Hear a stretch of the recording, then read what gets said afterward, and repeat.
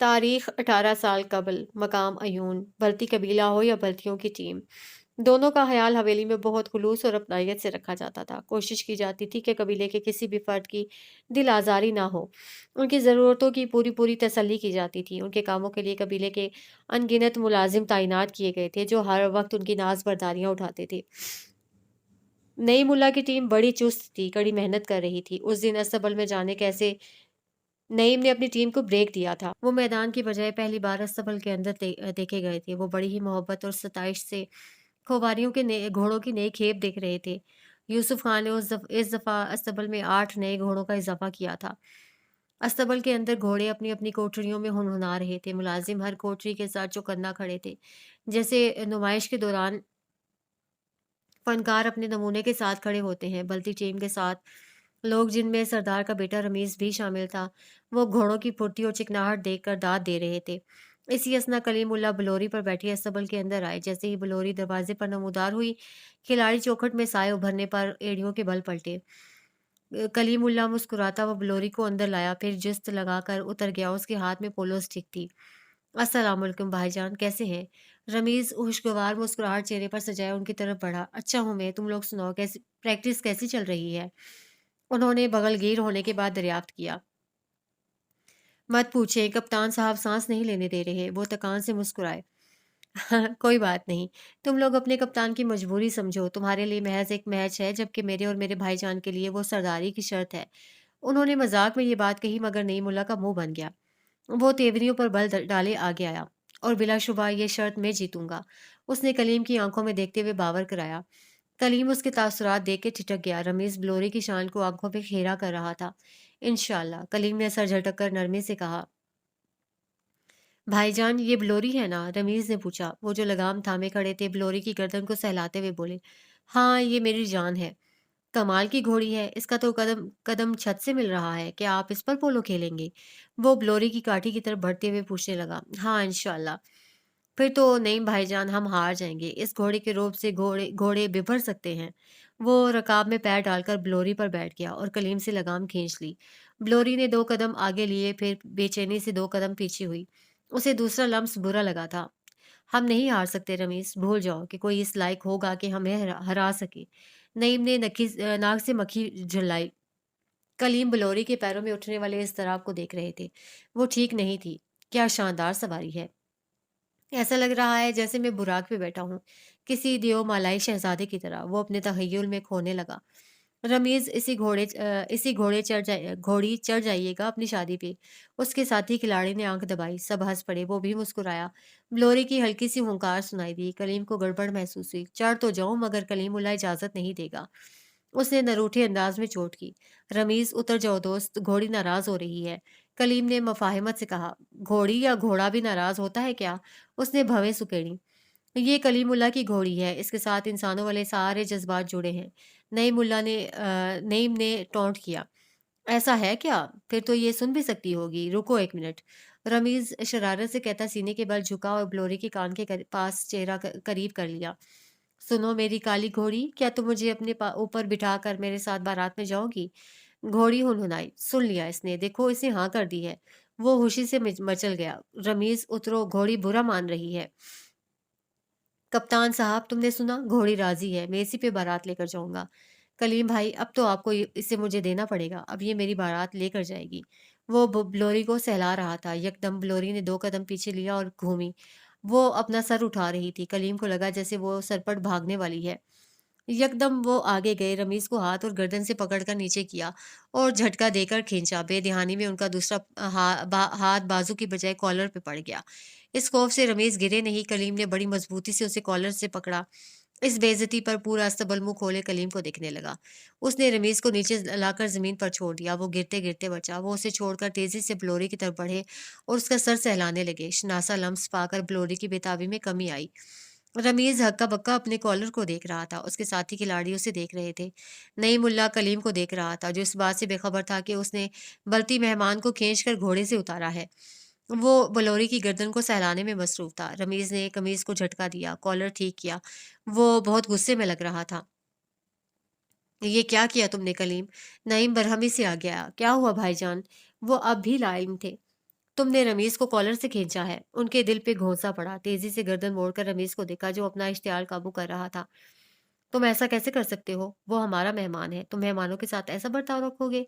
वो जलती पर तेल डाल रहा था। कलीम का दिल दुखा। वो ब्लोरी को छोड़कर रमीज के पास आया। रमीज, मुझे माफ करो, मैंने जानबूझ के ऐसा नहीं किया। ब्लोरी किसी दूसरे को खुद पे नहीं बिठाती, बिफर जाती है, सर पर दौड़ने लगती है। तुम्हें चोट न लग जाए इसलिए मुझे तुम्हें खींचना पड़ा। वो वजाहत दे रहे थे, जबकि रमीज उन्हें सुर्ख आंखों से देख रहा था। घोड़ी तो अपनी जगह पर है, वो तो नहीं डरी। क्यों बहाने बना रहे हो कलीम? तुमने मेरे साथी की बेइज्जती की है।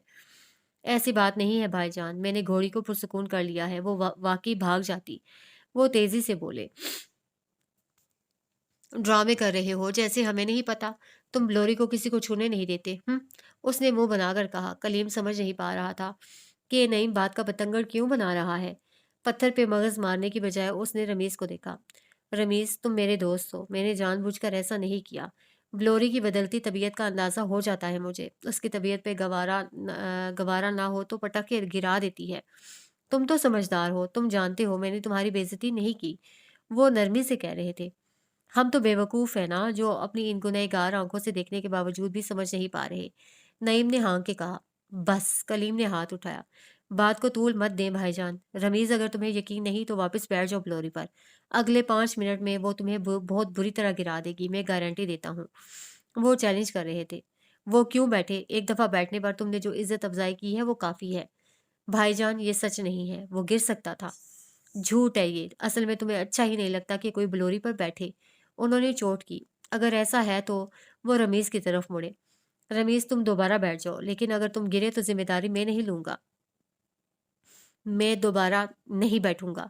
वो चबा चबा के कहता पैर पटकते हुए बाहर निकल गया। उसके साथी खिलाड़ी भी माथे पर बल डाले वहां से खिसक गए। उनको रूठ के जाता देख के इनके दिल को कुछ हुआ।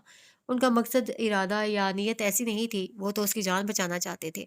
वो बुरा क्यों मान गया था? उन्होंने शिकवा कना नजरों से भाई को देखा। बात इतनी बड़ी नहीं थी भाईजान।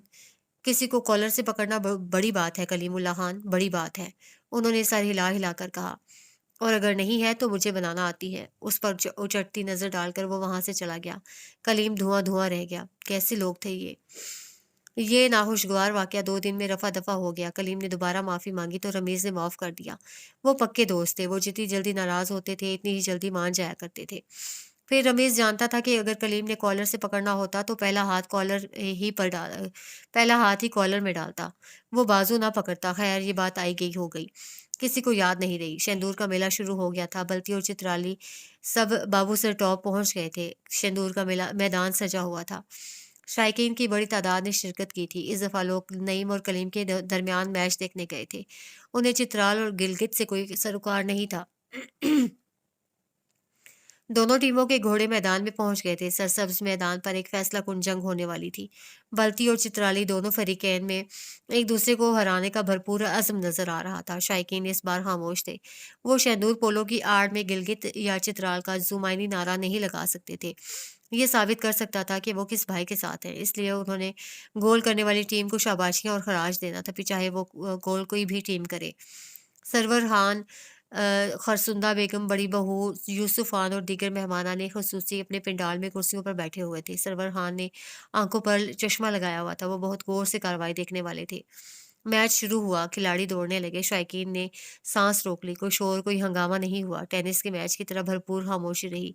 पहला राउंड चित्राल ने जीता था। कलीम की ब्लोरी सब पर छा रही थी, लेकिन उसके अंदर इज़्तिराब बरकरार था। कलीम महसूस कर सकता था कि ब्लोरी को कुछ हो रहा है, मगर क्या, वो समझ नहीं पा रहे थे।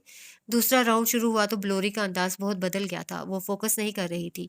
कलीब उसकी बात कहीं मोड़ते वो कहीं जा रही थी। पोजीशन 4 पर होने की वजह से उन पर बेतहाशा प्रेशर था। वो समझ रहे थे कि ब्लोरी रमीज का लम्स नहीं भूली अभी तक। या खुदा, ये कुछ कर ना दे। वो दिल ही दिल में दुआ मांग रहे थे। दूसरा राउंड ब्लोरी की अदम तवज्जो की वजह से गिलगित ने जीत लिया। 2 राउंड्स के बाद खिलाड़ी सस्ताते थे। वो मैदान में ही ब्लोरी से उतरे और उसका मुआयना करने लगे। वो बज़ाहिर ठीक थी, तो क्या वो लोगों से डर रही थी? लोगों का हजूम बहुत ज्यादा था और जलसे के जालों की तरह बहुत जुट जुट कर बैठे हुए थे। इस जमघटे को देखकर शायद ब्लोरी घबरा रही थी। वो ब्लोरी को यहाँ से नहीं ले जा सकते थे। किसी और घोड़े पर बैठने का तजुर्बा उन्हें नहीं था। ना ही वो इतनी जल्दी दूसरे घोड़े को अपने लम्ब से मानूस कर सकते थे। उन्हें बेचैनी होने लगी। بلوری نے کبھی ایسا نہیں کیا تھا، جانے اس دفعہ کیوں اتنی مضطرب لگ رہی تھی۔ تیسرا راؤنڈ شروع ہونے سے قبل انہوں نے بلوری کو بتحاشا پیار کیا، اسے سہلاتا رہا، اس کے کان میں سرگوشی کرتا رہا کہ وہ کسی سے نہ ڈرے۔ لوگوں کو میدان میں آنے کی اجازت نہیں ہے، مگر گھوڑا تو گھوڑا ہوتا ہے، زبانی کلامی تسلیوں سے کہاں سمجھا سکتی ہیں۔ تیسرے راؤنڈ کے عین درمیان وہ بدک گیا اور کچھ ایسا بدکی کہ پورے میدان میں کھلبلی مچ گئی۔ وہ حواس باختہ انداز میں یہاں وہاں جانے لگا اور چونکہ اس دوران اس کے قریب میں کھلاڑی تھے تو اسے پوری طاقت سے ان پر چڑھائی کی۔ قسمت تھی یا پھر موت ہی ایسی لکھی تھی۔ بلوری نے رمیز اور اس کے گھوڑے کو نشانہ بنا لیا۔ اپنی سرو کامتی کی وجہ سے وہ رمیز کے گھوڑے کو بالکل دبا گئی۔ رمیز نے گھوڑے سے اترنے کی کوشش کی مگر وہ بری طرح بلوری سے الجھ گیا۔ اس کی مرد سے لگام اس کی گردن کے گرد لپٹ گئی۔ بلوری اس کے گھوڑے پر چڑھنے کے بعد شمال کی طرف بھاگنے لگی۔ اس بھاگم بھاگ میں اس نے رمیز کو کھینچ لیا۔ اس کی لگام اس کے اپنے گھوڑے سے ٹوٹ گئی اور وہ گردن پر رسی پھرنے کے سبب بلوری کے پیچھے کسی بوری کی طرح گھسٹتا ہوا چلا گیا۔ بلوری دیو کاوت تھی، اسے قابو کرنا کلیم کے لیے بہت مشکل ہو رہا تھا۔ مجمع میں ایک بے چینی دوڑ گئی تھی، سب اپنی اپنی اپنی کرسیوں سے کھڑے ہو گئے تھے۔ بلوری حواس باختہ انداز میں بھاگ رہی تھی، وہ بالکل ہذیانی ہو گئی تھی۔ کلیم کبھی پیچھے دیکھتا کبھی آگے۔ رمیز بری طرح کھانس رہا تھا۔ سیکیورٹی کمیٹی کے اہلکار گھوڑے کے پیچھے بھاگ رہے تھے۔ رمیز رپٹا رہا جب تک کہ اہلکار وہ رسی کاٹتے اسے بچاتے۔ وہ دنیا سے جا چکا تھا۔ شندور کی سرزمین پر پولو کے دوران یہ پہلی موت تھی جو بلتی قبیلے کے کھلاڑی اور کھواری قبیلے کے گھوڑے سے ہوئی تھی۔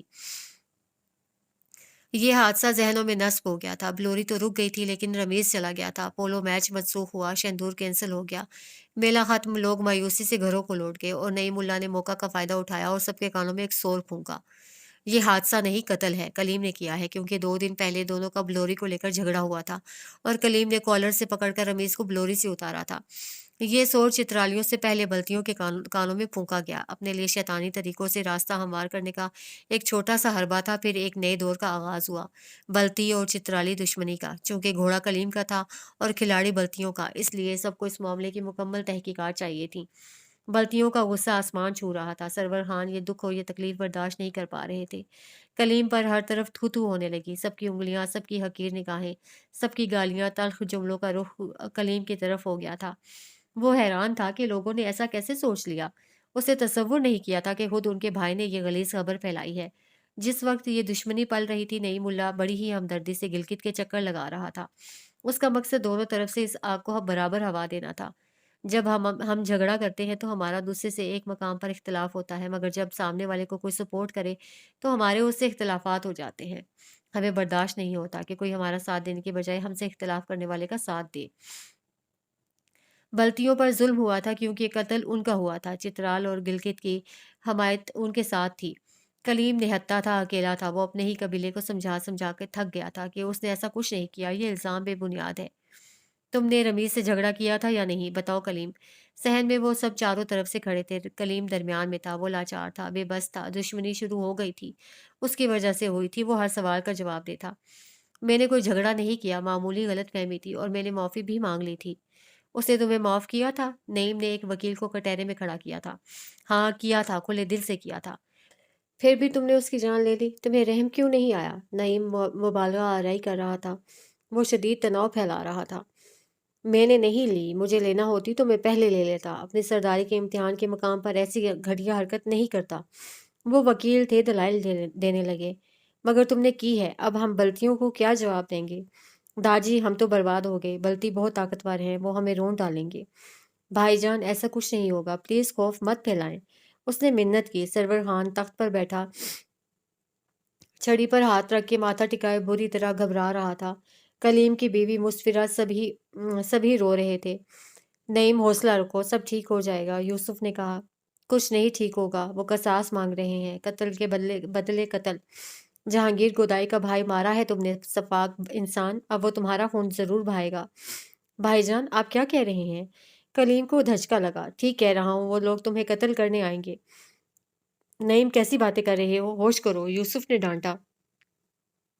میں ہوش میں ہوں بھائی صاحب، آپ سب بھی ہوش میں آ جائیں۔ ساری عورتیں بیوہ ہوں گی، بچے یتیم ہوں گے، سب کو بھگتنا پڑے گا۔ کیا اس سے زیادہ کوئی خوف و ہراس پھیلا سکتا تھا؟ کیا کوئی اور ایسی کھلم کھلا دہشت گردی کر سکتا تھا؟ آپ ایسا سرداری کی وجہ سے کہہ رہے ہیں نا؟ کلیم نے اس کی دکھتی رگ پہ ہاتھ رکھا۔ میں جانتا ہوں مجھے نہیں چاہیے سرداری، آپ رکھ لیں۔ بن جائیں چترال کے سردار، مگر مجھ پر قتل کا الزام نہ لگائیں، میں نے ایسا کچھ نہیں کیا۔ نعیم نے رونا شروع کر دیا۔ داجی، وہ ڈرامہ کرنے لگا۔ سن رہے ہیں آپ کا لاڈلا کیا کہہ رہا ہے؟ میں اس کا بھائی ایسا کروں گا؟ یا اللہ، میں مر کیوں نہیں جاتا؟ ایک بھائی دوسرے بھائی پر اتنا شدید الزام کیسے لگا سکتا ہے؟ داجی، یہ جھوٹ ہے، میں نے ایسا کچھ نہیں کیا۔ اس نے بمشکل حالات کو قابو کرنے کی کوشش کی تھی، مگر نعیم ایک طرف کا داؤ نہیں کھیل رہا تھا۔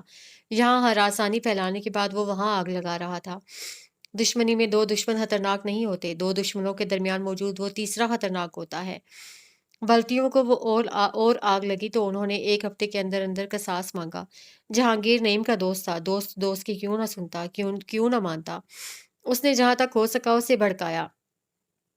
اپنے بابت قتل کے بدلے قتل کا سن کے کلیم کے ہوش اڑ گئے تھے، مگر جب بلتیوں کے یلغار کر کے پیغام پہنچایا تو وہ اپنی جگہ سے ہل نہیں سکے۔ گھناؤنے الزام کے بعد بے رحم سزا سن کر ان کو سب ہاتھوں سے نکلتا ہوا محسوس ہوا۔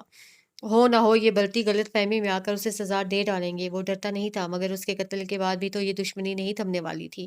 صدیوں کے تعلقات ختم ہونے والے تھے، وہ محض ایک گھٹیا انسان کی سرسیمگی کے باعث ایسا کوئی قدم نہیں اٹھانا چاہتے تھے، اس لیے انہوں نے احتشام الدین کو حویلی بلایا۔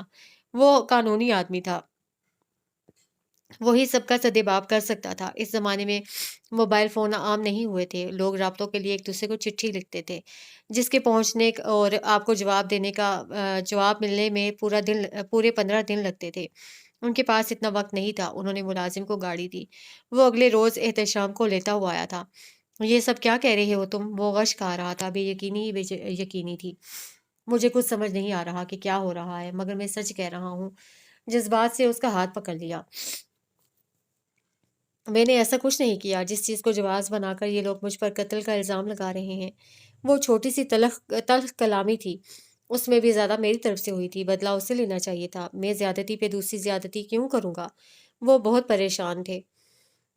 اچھا تم فکر مت کرو، میں پولیس سے ملتا ہوں، قانونی کارروائیاں دیکھ لیتا ہوں۔ پلیز احتشام، مجھے ان سب سے بچا لو، میری طرف کوئی بھی نہیں ہے، کوئی بھی نہیں، میں کسی کو صفائی نہیں دے پا رہا ہوں۔ وہ ایک اذیت سے کہہ رہے تھے۔ بے فکر رہو، میں تمہیں اس سب میں نہیں رہنے دوں گا،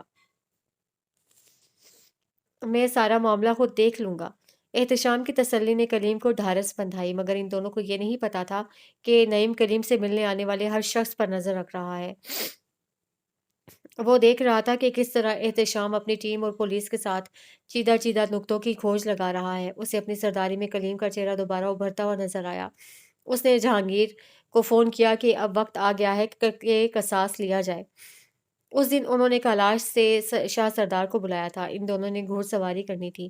وہ بنا ڈرے بغیر کوئی خوف دل میں لائے بلوری کو لے کر نکل گئے، مگر انہیں یہ نہیں پتا تھا کہ رمیز کا بھائی جہانگیر اس کا تعاقب کر رہا ہے۔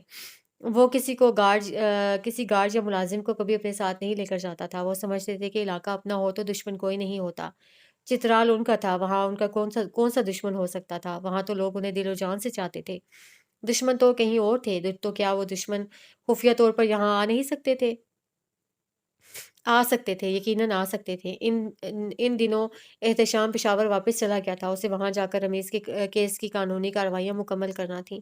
اس وقت بلوری کے علاوہ ان کا کوئی نہیں تھا، وہ تنے تنہا تھے، اور کہتے ہیں جس کی موت آ جائے اسے چن لیا جاتا ہے۔ انہیں بھی حویلی کے جھنڈ ہجوم سے چن لیا گیا تھا۔ وہ جس ٹریک پر ہمیشہ بلوری کو لے کر جاتے اس دن لے جا رہے تھے۔ آج بھی بلوری کی چال میں بے چینی تھی۔ وہ پچھلے 2.5 سال سے گھوڑے کے ساتھ تھے، مگر تاحال اس کی طبیعت کے زیر و بم کو سمجھ نہیں پائے تھے۔ وہ جھک کر بلوری کی گردن سہلانے لگے۔ کیا ہو گیا ہے میری جان؟ ڈگمگاہٹ کیوں ہے تمہاری چال میں؟ وہ تشویش میں آ گئے تھے۔ بلوری سرگرمی کے وقت ہنہناتی نہیں تھی، چاہے وہ سرگرمی میں گھڑ سواری ہوتی یا پولو۔ اپنے جسمانی کثرت کو وہ بغیر کسی بلبلاہٹ یا شور پیدا کیے کرتی تھی۔ آج اگر وہ وہی والی آواز پھر سے نکال رہی تھی تو یقیناً کچھ گڑبڑ تھی۔ وہ گھبرا نہیں رہے تھے، وہ پریشان تھے۔ اتنے قیمتی اور بیش بہا گھوڑے کو یکدم سے کچھ ہو جانا قابل تشویش تھا۔ وہ اسے باتیں کرتے ہوئے بہلا رہے تھے۔ سامنے چلتے ہوئے اچانک ہی سڑک دائیں بائیں مڑ جاتی تھی۔ اس کی لگام کلیم کے ہاتھ میں تھی، اسے پرسکون کر رہے تھے۔ وہ نہیں جانتے تھے کہ محض چند قدم دور جو دائیں طرف کھائی نظر آ رہی ہے، وہاں ان کی موت لکھی ہے۔ وہ تسल्ली से इतराफ़ का जायज़ा ले रहे थे और फिर वही हुआ जिसका डर था। जिस तरह कुछ दिन कबल वो मैदान में सिटपिटाई थी, इधर सिटपिटा गई। उसकी सिटपिटाहट ऐसी थी, गोया पैरों में कुछ फँस गया हो। उसकी काली आँखों में एक साया-सा लहरा रहा था। वो बार-बार सर झटक रही थी, जैसे उसके दिमाग पर बेतहाशा दबाव हो। कलीम उसे काबू कर रहा था। चूँकि लगाम ब्लोरी के मुँह से नती थी, इसलिए वो फ़िलवक़्त इधर ही घूम रही थी। यकदम ही उसने खाई की तरफ मुँह किया और सर बहुत ज़ोर से झटका। इस झटके के सबब उसकी लगाम कलीम के हाथ से छूट गई और वो खाली हाथ हो गए। अगले ही लम्हे वो दौड़ने लगी। वो सरोकामत घोड़ी थी, उसकी जिस्त कई मीटर का फ़ासला तय करती थी। उसे लगा था कि खाई के सिरे पर घोड़ी रुकी भी तो बहुत ज़ोर का झटका खाएगी। इस झटके से वो उछल के आगे गिर सकते हैं। वो नहीं जानते थे कि घोड़ी रुकने वाली थी ही नहीं, वो तो जैसे बेनूर हो गई थी। उसकी आंखों पर पर्दा पड़ चुका था। कलीम ने जब देखा कि वो खाई की सिमत जा रही है, उनका माथा ठिनक गया। उन्होंने घोड़े पर से छलांग लगाकर खुद को ज़मीन पर पटक दिया। वो ज़मीन पर गिरे और कई कलाबाजियाँ खाईं। थोड़ा दूर जाके वो रुके तो फ़िज़ा में ब्लोरे की हुनहुनाहट गूंज गई। कुछ गिरने की अंदोहनाक आवाज़ आई। वो घबरा के पलटे तो देखा ब्लोरी वहाँ नहीं थी। वो तेज़ी से उठते सर सर से हेलमेट हटा के फेंका, बौखला के आगे दौड़े। खाई के सिरे पर रुक के नीचे देखा। ब्लोरी का वजूद कई फुट नीचे खुरदरी चट्टानों के दरमियान तार-तार पड़ा था। उनके दिल में एक घोंसा पड़ा, "ब्लोरी!" वो पूरी दिक्कत से चिल्लाए। ब्लोरी खाई में गिर चुकी थी। वो हवास पाख्ता हो गए। "ब्लोरी! ब्लोरी!" वो शिद्दत गम से चीख रहे थे। उनकी घोड़ी तड़प रही थी। वो खाई पर बेबसी से उसे देख रहे थे। ये खाई आम खाई नहीं थी। उसके अंदर से चट्टानों के नोकीले कोने निकले हुए थे। इस कदर तेज़ और तीखे कोने के गिरने वाले के जिस्म के चीथड़े उड़ा देते थे। वो खाई पर दीवानों की तरह इधर-उधर हो रहे थे। जब एक आवाज़ सुनाई दी, "मर गई क्या?" वो एड़ियों के बल पलटे। सामने 2 आदमी खड़े थे। दोनों ने खुद को बड़ी-सी शालों में अच्छी तरह ढक रखा था। नईम ने चेहरे से चादर हटाई। वो बेकरारी से भाई की तरफ भागे। भाईजान मेरी ब्लोरी नीचे गिर गई है।" वो रो रहे थे, बहुत शदीद तकलीफ में थे। "तो तुम ऊपर क्या कर रहे हो कलीमुल्ला?" नईम के चेहरे पर ठंडी बेरहमी थी। कलीम बुरी तरह ठिठक गया। उन्होंने बेखुदी में गर्दन मोड़कर साथ खड़े आदमी को देखा, जिसने चादर का पल्लू मुँह से हटाया था और अपना राइफल निकाला था। वो जहांगीर था, रमीज़ का भाई। उसकी सांस रुकने लगी। "जहांगीर काका, तुम?" उनका हलक खुश्क हो रहा था। "रमीज़ को क्यों मारा था?" जहांगीर ने एक कदम उनकी जानिब बढ़ाया। मैंने नहीं मारा।" वो बमुश्किल बोले। "वो एक हादसा था, सिर्फ़ एक हादसा।" इस वक़्त वो हाली हाथ थे। अपनी जान बचाने के लिए उनके पास कुछ नहीं था। "हादसा इतनी नफ़ासत से होता है क्या? मैंने बड़े हादसे देखे हैं, उनका कोई रंग-ढंग नहीं होता। फिर मेरे भाई की बारी में ये हादसा इतनी सफ़ाई से कैसे हो गया?" वो एक-एक कदम आगे आ रहा था, कलीम एक-एक कदम पीछे जा रहा था। पीछे खाई थी, गहरी, अमीक, बेरहम खाई। "देखिए जहांगीर काका, मेरे पास आपके भाई को मारने के लिए कोई वजह नहीं है। आपका भाई मेरा अच्छा दोस्त था, मैं उसकी जान क्यों लूँगा? क्या तुमने शेंदूर से 2 दिन पहले उसके साथ अस्तबल में झगड़ा नहीं किया था?" नईम ने जल्ती पर तेल डाला। जहांगीर ने चुभती हुई नज़रों से उसे देखा। "वो एक मामूली सी गलतफ़हमी थी। मैंने और रमीज़ ने उसे ख़त्म कर लिया था। वो इतनी बड़ी वजह नहीं थी कि मैं उसकी जान ले लेता। मगर तुमने ली।" उसने एक कदम के फ़ासले पर रुक गया। "काका, खुदा के लिए मेरी बात का यकीन करें। ये झूठ है, मैंने उसे नहीं मारा।" वो अब गिड़गिड़ा रहा था। वो जानता था कि अगर वो खाई से नहीं गिरा, तो उसे गोलियों से मार ही देंगे। ना वो भाग सकता था और ना ही सामना कर सकता था। वो सिर्फ़ बातों से उन्हें राज़ी कर सकता था। "अब एक झूठ हम भी बोलेंगे," जहांगीर ने सर्दमौली से कहते हुए उसकी आंखों में देखा और एक कदम आगे बढ़ाया। कलीम ने पहले नीचे देखा, फिर गर्दन घुमा के पीछे। वो खाई के ऐन किनारे खड़ा था। उनका दिल डूब के उभरा। नहीं काका, नहीं, आप ऐसा नहीं करेंगे।" जहांगीर ने उसके सीने पर हाथ रखा। "अलविदा।" साथ ही उसे धक्का दिया, मगर इससे पहले कि वो नीचे गिरते, उन्होंने मजबूती से जहांगीर का हाथ पकड़ा और गुत्तम-गुत्ता हो गए।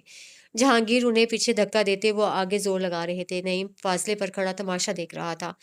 इस वक्त कलीम जवान था और जहांगीर 45 साल का था। दोनों की ताकतों में फर्क था।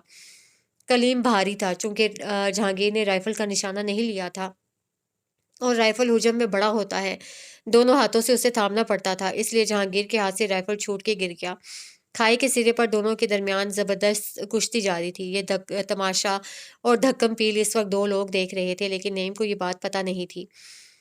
कुछ ही लम्हों पर जहांगीर पर भारी पड़ गया। उसने खुद को खाई से बहुत दूर कर लिया था और अब झुक कर जहांगीर को घोंसों से मार रहा था। ये देख के नईम के तन बदन में आग लग गई। कलीम अगर बच गया तो बहुत सी कथाएँ खुल जाएँगी, और अगर वो राज़ तश्ते अज़बाम हो गए तो उसकी सरदारी गई। उसने चादर के नीचे से पिस्तौल निकाली और झुक के जहांगीर को मारते कलीम की पुश्त पर तान ली। उनकी उंगलियां एक लम्हे के लिए कांपी, मगर ये अहम था। उसको सरदारी चाहिए थी, और वैसे भी कलीम ने कत्ल किया था। कत्ल का बदला कत्ल होता है। उन्होंने जमीर की आवाज़ को डांट पिलाई और आंखें बंद करते हुए पहली गोली चलाई। साइलेंसर की शूं उभरी और सरसराती हुई गोली कलीम की कमर में कंधों के दरमियान पैवस्त हो गई। कलीम जो झुक के घोंसे बरसा रहा था, इस तकलीफ पर कर्बनाक चीख मुंह से निकली। वो झुके झुके लड़खड़ाए। नईम ने एक और गोली चलाई जो उनकी गर्दन की पुश्त में लगी। अब की बार वो पूरी दिक्कत से जहांगीर के ऊपर गिर गए। गर्दन का पिछला हिस्सा हिस्सा स्पाइनल कॉर्ड कहलाता है। यहाँ गोली का लगना फिलफोर मौत होती है। कलीम की सांस चंद मिनटों में रुक गई। जहांगीर के सीने पर कलीम का बोझ भारी हुआ तो उनकी सांस रुकने लगी। हटाओ, हटाओ! वो चिल्लाए। नईम ने पिस्तौल कमरबंद में डाली और तेजी से आगे आए। उन्होंने झुक के कलीम के ठंडे वजूद को जहांगीर पर से हटाया और सीधा कर दिया। कलीम की गर्दन आगे से फट चुकी थी। जहांगीर का पूरा जिस्म उसके खून से लथपथ हो गया था। चंद लम्हे वो अपने भाई की गर्दन को देखते रहे। दिल में एक निदामत उभरी, मगर उन्होंने जमीर की आवाज पर लानत भेजी और कलीम को हाथों से पकड़कर घाई की तरफ घसीटने लगा। ये क्या कर रहे हो? जहांगीर बमुश्किल उठते हुए बोला। लोगों की आंखों में धूल झोंक रहा हूँ, उन्होंने कमाल बेरहमी से कहते हुए कलीम की लाश को खाई से नीचे धकेल दिया। आलम में दुनिया चीख पड़ी। फिजाओं में चिड़ियां फड़फड़ाईं, हवाओं ने रुख बदला, जमीन हिली। वो पूरी दिक्कत से चट्टानों, दरख्तों, झाड़ियों और पत्थरों से पटकते सीधा ब्लोरी की बाहों में पहुंच गए। ब्लोरी उनसे पहले ही इस दुनिया से जा चुकी थी। हवेली में तूफान आ गया था। पूरे चित्राल के पहाड़ हिल गए थे। एक भयानक और काली क़यामत बरपा थी। हवेली की छतों पर काले कौवे चिल्ला रहे थे। पिछवाड़े पहलवानी के मैदान के आसपास कुत्ते भौंक रहे थे। खानदान कैसे उजड़ते थे, जिंदगियां कैसे तबाह होती हैं, कबीले पे कबीले कैसे फना होते हैं, आज पता चला था। दिन दिहाड़े क़यामत कैसे आती है, सोरे इसराफील कैसे कानों में डाला जाता है, आज पता चला था। हंसते मुस्कुराते चेहरों से हंसी छीन ली गई थी। खिलती चहकती कलियों को मरोड़ा गया था। खोवार कबीले पर मौत हंस रही थी, जिंदगी रो रही थी। कलीम की बीवी सतून के पास किसी गलत जगह नस्ब किए मुजस्मे की तरह बैठी हुई थी। गुल सीढ़ियों पर किसी चच्ची की गोद में थी। सहन के बीचों बीच कलीम की मैयत रखी हुई थी। औरतें धाड़े मार मार कर रो रही थीं। हरसुंदा नीम बेहोश थी। सरवर खान पूरे बेहोश थे। यूसुफ और मुजाहिद बड़ी मुश्किल से खुद पर काबू कर रहे थे, और नईम वो औरतों की तरह सर पीटते हुए मातम कर रहा था। वो कह रहा था, मैंने कहा था वो सांस लेंगे, उसने मेरी बात क्यों नहीं सुनी। और फिर एक अनदोहनाक चीख बुलंद होती और हवेली की औरतों की आवाज़ों में गुम हो जाती। वो कहता, मैंने अकेले जाने से भी मना किया था, वो भेड़िए इसके निकलने का इंतजार कर रहे थे। उन्होंने नोच दिया है इसे। और फिर मरे हुए भाई की चारपाई हिलाता, उठो कलीम, मेरे बच्चे, मेरी जान उठो। वो पूरी महारत से अदाकारी कर रहा था। किसी का रत्ती भर शक भी नहीं किया कि जो कुछ किया इस शैतान सिफ्त इंसान ने किया है। दोनों कबीलों के माबैन बढ़ती कशीदगी के सबब मकामी जिरगे ने कलीम की मौत के 15 दिन बाद दोनों कबाइल का बड़ा फैसला रखा, जो जलंधर की ज़मीन पर हुआ था। मकामी जिरगे में मजहबी स्कॉलर से लेकर कानूनदानों तक सभी मौजूद थे। मकामी जिरगे ने दोनों कबीलों पर कड़ी पाबंदियां लगाईं। उन्होंने खुवार और बल्ती कबीले दोनों पर शंदूर में शिरकत और शंदूर पोलों में हिस्सा लेने पर पाबंदी आयद कर दी। उन्होंने बल्तियों का चित्राल और चित्रालियों का बल्तियों की हदूद में दाखिल होना ममनू करार दिया। उन्होंने दोनों कबीलों के बरसों के ताल्लुकात को ख़त्म कर दिया। दोनों किसी भी तकरीब, ख़्वाह वो खुशी की हो या गमी की, शिरकत नहीं कर सकते थे। चूंकि उनकी वजह से चौगान शेंदूर मेला मुतासिर हुआ था, इसलिए उन पर कड़ी हद नाफिज की गई थी कि वो शेंदूर के मामलात से दूर रहेंगे। पहले पहल सरवर खान पोलो के खिलाड़ियों का जायजा लेता था। कौन टीम में रहेगा और कौन नहीं, उसका फैसला उनकी राय और उनकी सलाह से होता था। उनसे ये हक छीन लिया गया। पोलो की तमाम जिम्मेदारी मकामी कमेटी पर डाल दी गई थी। भर्तियों से भी यही हक छीना गया। चूंकि कत्ल दोनों तरफ हुए थे, इसलिए दोनों ही इस वक्त मुजरिम थे, कोई मासूम नहीं था। इसलिए जितनी भी सजाएं आयद हुई बराबर नाफिज हुई। सरवर खान को किसी भी सजा ने इतना नुकसान नहीं पहुंचाया था जितना शहनूर से जुदाई ने पहुंचाया था। ताउम्र वो शहनूर से दूर हो गए थे। उनके कबीले का कोई फर्द पोलो नहीं खेल सकता था। वो उनका बतौर सरदार इस्तेसाल नहीं हुआ था, मगर सरदारी की बहुत सारे इख्तियारात छीन लिए गए थे। जहांगीर को सुलह के कासिद का पैगाम ना मानने और उनकी बेइज्जती के जुर्म में 20 लाख रुपए, जो इस वक्त बहुत ज़्यादा थे, जुर्माना हुआ। ये जुर्माना शंदूर के नुकसान का हर्जाना था जो उन्होंने खुशी खुशी भरा। नईम को इस वक्त एक ही फिक्र लाहक थी। सरवर खान की तबीयत बेहद खराब हो गई थी। कलीम की मौत ने उन्हें झंझोड़ दिया था। वो बिस्तर से लग गए थे। उनके फेफड़ों की बीमारी उन पर हावी हो गई थी। नईम को खुशी थी कि उसका मुकाबला करने वाला मर गया, अब सरदारी उसकी हो जाएगी। मगर कलीम को मरे हुए 25 दिन हो चुके थे, दादी को क्यों नहीं कोई फैसला कर रहे थे। ये बेचैनी भी उनका गुस्सा बढ़ा रही थी। सरवर खान की तबीयत बुरी तरह बिगड़ गई थी। उनके दिन पूरे हो गए थे। हवेली में अजीब सी कशमकश थी। इसी दौरान उनको एहसास हुआ कि अब सरदारी का फैसला कर लेना चाहिए। कलीम तो चला गया, पीछे बचा नईम। तो उन्होंने एक मुकर्ररा दिन में तमाम कबायली सरदारान को बुला लिया। जुम्मे की नमाज के बाद दस्तार पोशी की तकरीब थी। नईम फूले ना समा रहा था। उसका देरीना ख्वाब पूरा हो रहा था। उसने एक साथ कई शिकार किए थे। जब ये बात शाह सरदार को पता चली तो उसका तन बदन जलने लगा। उसका दोस्त मरा था। अपने मरे हुए भाई की कब्र पर नईम घर कैसे बना सकता था? जुम्मे की रात वो हवेली आया और सरवर खान यूसुफ खान से खुफिया तौर पर मुलाकात की। वो कलीम के कत्ल का चश्मदीद गवाह था। उसने सरवर खान को बताया कि ये कत्ल बज़ाहिर जहांगीर ने किया है, मगर कलीम को मारने वाला नईम है, उनका दूसरा बेटा, जिससे कल दस्तारी लगेगी। उन पर एक नया पहाड़ गिरा था, एक नया गम। पूरी दुनिया तारीख हो गई थी। अगले रोज सरदारी के लिए हवेली के लॉन का कतार सरदारान से कचाकच भरा हुआ था। दरमियान में एक मसनद रखी हुई थी। उसके बाएं जानिब यूसुफ खान खड़े थे और दाएं जानिब नई मुल्ला नक्सक से तैयार होके उदास खड़ा था। चेहरे पे भाई के मरने का दुख था। कुछ देर में साबका सरदार की तकरीर शुरू हुई। उन्होंने जो जो चित्राल के लिए किया था बयान किया, मगर आखिरी ऐलान में उन्होंने नईम का नाम लेने के बजाय यूसुफ खान का नाम ले लिया। यूसुफ खान चित्राल का नया सरदार नामजद हो गया था। यूसुफ खान हक्का बक्का खड़ा था। नईम गश खा रहा था। सरदारान बुरी तरह हैरान थे, मगर उन्होंने किसी को सवाल जवाब करने का मौका नहीं दिया। उन्होंने यूसुफ खान को दस्तार पहनाई और वो नए सरदार बन गए। नई मुल्ला के अंदर हड्डियां चटक रही थी, खून खोल रहा था। वो फीके मुंह हवेली वापस आया और अपने कमरे की सारी चीजें तहस नहस कर दी। सरे शाम जब तकरीब मुकम्मल हुई, मेहमान लौट गए, नए सरदार का चुनाव हुआ, तब उन्होंने यूसुफ, खरसुंदा बेगम, पटवारी, पुलिस और नईम को बुलाया। उन्होंने पटवारी को दर्ज झैल अहकाम लिखवाए। नई मुल्ला को मैं सरवर खान सरदार चित्राल पूरे होशो हवास में अपनी जायदाद से आग करता हूँ और उसे चित्राल की सरजमीन पर कदम ना रखने की वईद सुनाता हूँ। मैं उसे पूरी तरह वतन बदर करता हूँ और नए सरदार बमाए पुलिस को ये हुक्म देता हूँ कि अगर उसने नेम को चित्राल की सरजमीन पर देखा तो उसे दम लिए बगैर गोलियों से उड़ा दे। नई मुल्ला मेरा बेटा नहीं है। वो कभी चित्राल नहीं आ सकता, सिवाय एक शर्त पर, उसकी माँ, बच्चों और बीवी की मौत पर। मैं अगर मर गया तो मेरी मौत पर ना आए। मैं वसीयत करता हूँ कि मेरे इस हुक्म की पाबंदी की जाए। नई मुल्ला के पैरों तले बारूदी सुरंगें फटती चली गईं। तब उन्हें एहसास हुआ कि उसके बाबा से सब जान चुके हैं। वो आग करके रातों रात चित्राल से निकाल दिया गया। यूसुफ खान एक असूल पसंद आदमी था। उसे बाप का सर बुलंद रखा।